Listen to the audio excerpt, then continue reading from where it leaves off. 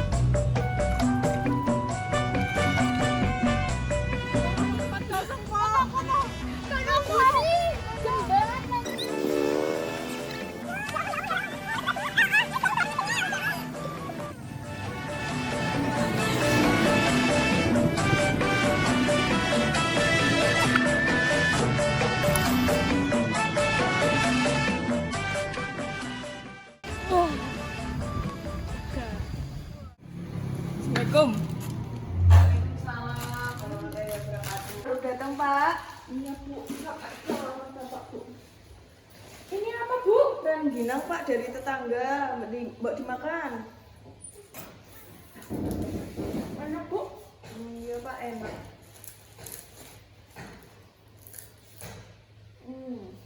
Kok baru pulang Pak? Iya, tadi di sawah itu ada longsor. Oh, Sawahnya.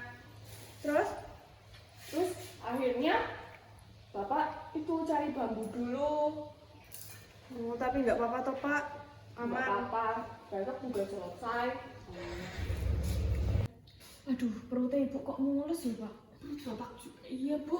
Aduh, ini perlu ditokno iki. Aduh, Bapak dulu Bu. Ibu dulu, ibu. Ibu Bapak dulu, dulu, ibu Bu. dulu, ibu dulu, Bapak dulu. Ibu dulu, ibu dulu. Aduh. Pak, ibu dulu. Ya Allah. Sabar Bu. Pak. Ya sah, aku tak bisa ngomong ae. Kesuwen Bapak ki. Wah, cepet toh, Mbak. Eh, sopo iki sing ning jero ya Allah, mataku seloro ki lho ya Allah. Cepet, aku kira sempet ke gak mau. Walah, kena apa ngene iki? Ya Allah, antri Pak. Malah kok iso? Biar kok, diobati sampeyan ya. Bahaya nih. Kok kene iki kabeh piye iki? Kok iso ya wargaku padha kaya ngono? Wah, bahaya iki. Tak telepon Bu Bidan sik lah. Ben iso ngatasi iki. Bu Bidan. Halo Bu, assalamualaikum. Nggih, niki kula Pak Kades. Nah, tepang ta Bu? Ngenten Bu, niki kula badhe matur, warga kula kok niku padhe sakit diare niku pripun nggih Bu nggih? Oh nggih, sosialisasi nggih Bu. Kapan Bu? Benjing. Oh nggih. Kula aturan warga-wargane rumen nggih Bu nggih. Saged ta Bu Bidan? Saged, oh nggih, siap. Benjing nggih Bu. Nggih, siap. Assalamualaikum. Assalamualaikum warahmatullahi wabarakatuh. Waalaikumsalam warahmatullahi wabarakatuh. Alhamdulillah ya, kita masih bisa berkumpul di balai desa ini. Nah, oleh karena itu saya berikan kesempatan kepada Pak Kades selaku Kepala Desa Sukamaju untuk memberikan sambutan untuk acara pada hari ini ya. Waktu dan tempat kami persilakan Pak. Assalamualaikum warahmatullahi wabarakatuh. Waalaikumsalam warahmatullahi wabarakatuh. Terima kasih Mbak MC yang telah mempersilahkan saya untuk memberikan sambutan dengan kegiatan pada pagi hari ini. Saya ucapkan terima kasih atas kehadirannya Bu Bidan untuk bisa memberikan penyuluhan pada pagi hari ini. Yang pertama, penyuluhan seperti ini, mengadakan penyuluhan seperti ini karena saya kemarin prihatin pada warga-warga sekitar yang mengantri di kamar mandi umum itu. Kayak kesehatannya itu minimal sekali. Jadinya saya berencana mengadakan kegiatan ini. Nanti juga bisa dibantu ya untuk bisa memberikan pengetahuan kesehatan mengenai kehidupan perilaku hidup bersih dan sehat biar masyarakat saya itu paham tentang kebersihan yang harus dijaga. Begitu saja sambutan yang saya sampaikan. Terima kasih. Saya langsung saja berikan pada Bu Bidan untuk langsung memberikan penyuluhannya. Ya. Mohon diperhatikan ya para warga.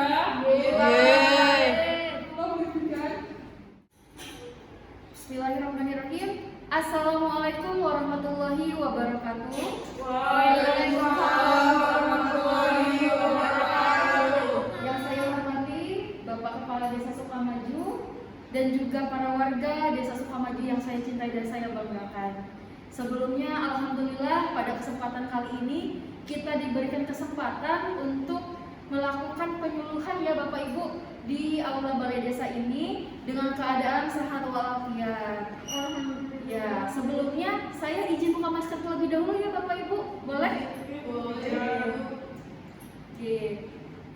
Nah, sebelumnya apakah Bapak Ibu di sini ada yang pernah mendengar mengenai PHBS? Belum ya Bapak Ibu. Jadi PHBS itu adalah singkatan dari perilaku hidup bersih dan sehat.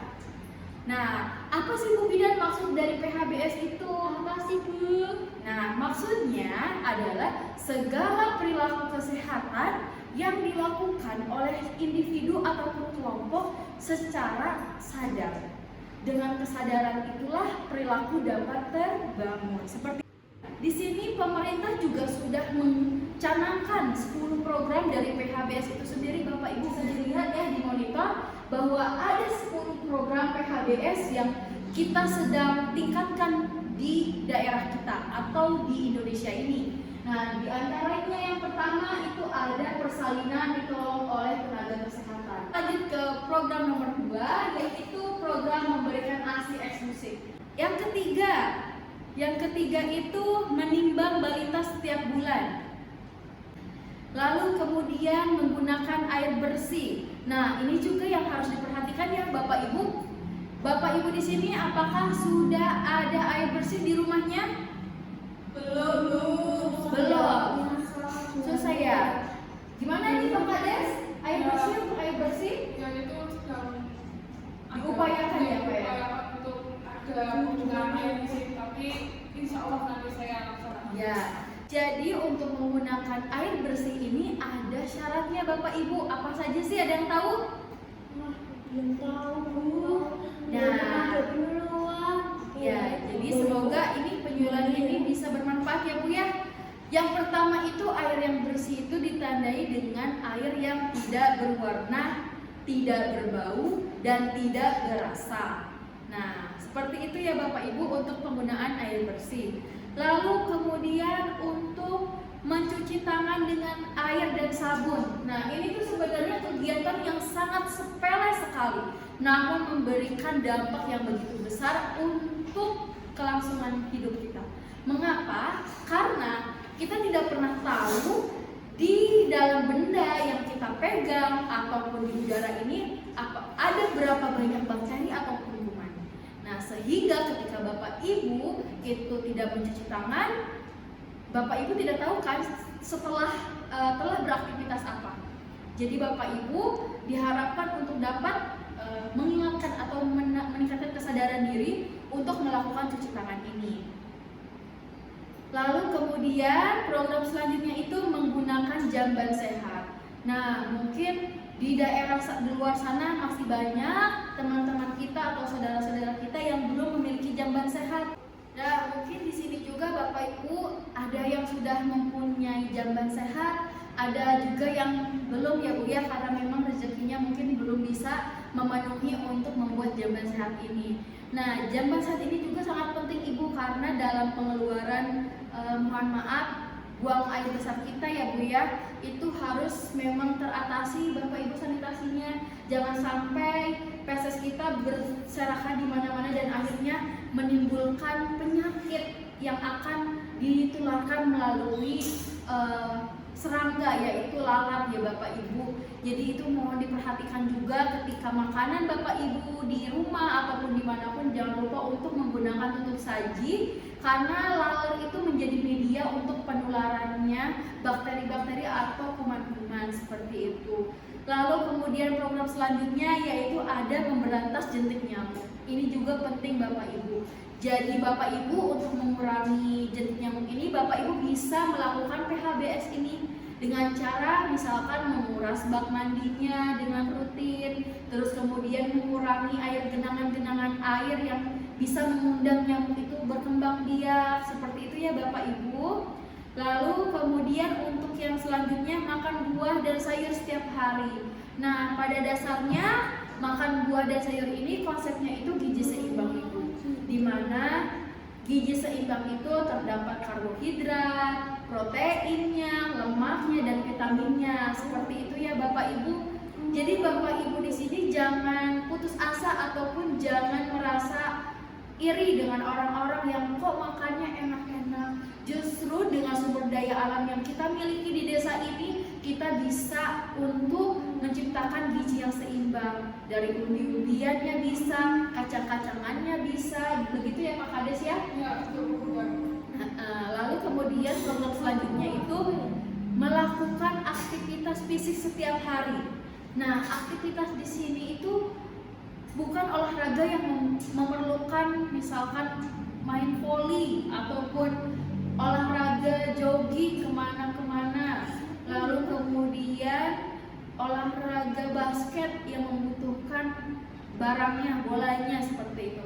Bapak Ibu di sini dengan melakukan PHBS ini juga sudah merupakan aktivitas fisik. Contohnya itu mengepel, ya kan Bapak Ibu, menyapu, memasak, itu juga termasuk ke dalam kegiatan fisik, aktivitas fisik sehari-hari.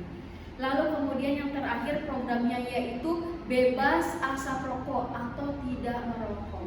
Pak Kades merokok tidak? Alhamdulillah sanggup badan merokok. Ya, bagus nih. Contoh yang bagus dari Pak Kadesnya sendiri bahwa tidak boleh merokok. Mengapa kok tidak boleh merokok? Karena merokok itu dapat mengundang banyak sekali resiko, diantaranya hipertensi, stroke, bisa juga merusak jantung dan juga paru-paru kita Bapak Ibu. Ya, jadi kita harus lebih memperhatikan pola hidup kita sehari-hari.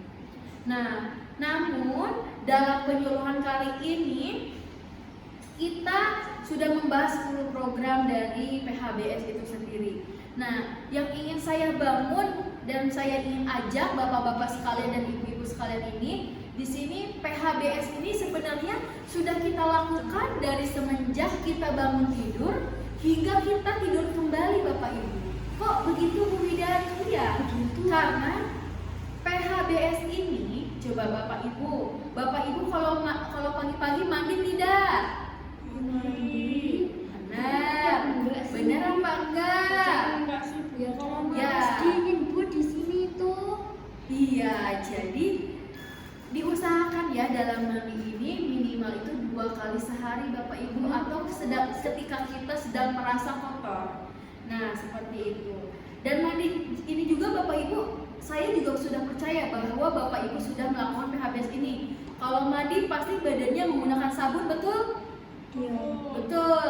Atau masih ada yang menggunakan lulur dari tanah sawah, mungkin masih ada di sini. Iya, di sungai itu. Nah, ini ya Pak ya, Bapak Ibu harus diperhatikan juga. Bapak Ibu sudah mandi menggunakan sabun. Lanjut ya. Dari situ aja ya. Nanti dilanjut.